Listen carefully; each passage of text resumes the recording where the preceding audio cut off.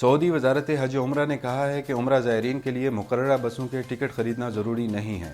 बयान में कहा गया है कि ज़ायरीन की मर्ज़ी पर मुनहसर है कि वो चाहें तो ख़रीद सकते हैं, ना चाहें तो इससे उनके उम्रा इजाज़तनामे पर कोई फ़र्क नहीं पड़ेगा। उक्काज़ अखबार के मुताबिक वजारत का कहना है कि उम्रा ज़ायरीन एतमरना ऐप के ज़रिए बराह रास्त ऑनलाइन भी टिकट ख़रीद सकते हैं और मक्का मुकर्रमा इस्तकबालिया मरकज़ पहुँच कर भी टिकट हासिल कर सकते हैं। टिकट की रकम ATM के ज़रिए भी अदा की जा सकती है और नकद भी दी जा सकती है। वजारत का कहना है कि सऊदी शहरी, मुकीम गैर मुल्की और विज़िट वीज़ा होल्डर्स एतमरना ऐप के ज़रिए उम्रा और नमाज के इजाज़तनामे हासिल कर सकते हैं और अपने पसंदीदा वक्त और तारीख़ का इंतखाब कर सकते हैं। याद रहे कि उम्रा और नमाज के इजाज़तनामे की बुनियादी शर्त यह है कि उम्मीदवार कोरोना वैक्सीन की दोनों खुराकें ले चुका हो या वायरस लगने पर सेहतियाब हो चुका हो या पहली खुराक लेने पर 14 दिन गुजर चुके हों।